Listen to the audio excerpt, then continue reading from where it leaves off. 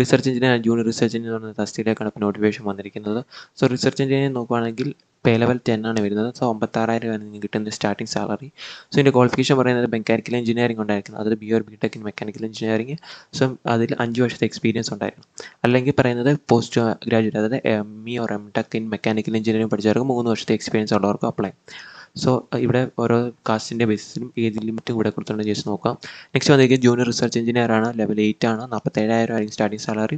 ഇവിടെ വരുന്നത് B or B tech in mechanical engineering, civil engineering, electrical engineering, electrical and electronics engineering, instrumentation engineering, applied electronics and instrumentation engineering, instrumentation and control engineering, electronics and instrumentation engineering. So ഇത്രയും പഠിച്ചവർക്ക് ഇതിലേക്ക് apply ആവുന്നതാണ് junior research എഞ്ചിനീയർക്ക്.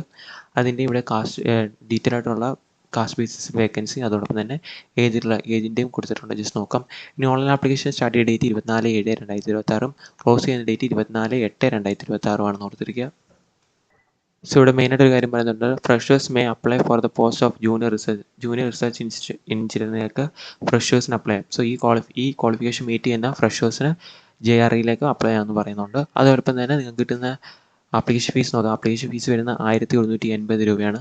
SC/ST woman PWD കാൻഡിഡേറ്റിന് application fees ബാക്കി വരുന്ന കാൻഡിഡേറ്റിന് 1,180 രൂപയാണെന്ന് ഓർത്തിരിക്കുക. Then 4 year BTechന് നിങ്ങൾക്ക് വേണ്ട qualification എന്ന് പറഞ്ഞാൽ 65% മാർക്ക് ഉണ്ടായിരിക്കണമെന്ന് പറയുന്നുണ്ട്.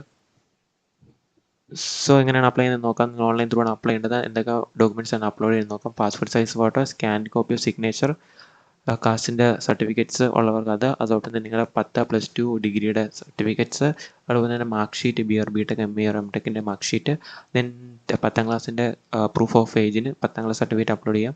ദെൻ ID കാർഡ് വേണം. ഇതെല്ലാം അപ്ലോഡ് ചെയ്യുന്നത് നിങ്ങൾ www.fcrindia.com എന്ന് പറഞ്ഞ വെബ്സൈറ്റ് ത്രൂ ആണ്. ലിങ്ക് ഡിസ്ക്രിപ്ഷൻ ബോക്സ് കൊടുക്കുക, അവിടെ നിങ്ങൾ ഡയറക്റ്റ് അപ്ലോഡ് ചെയ്യുന്നതാണ്.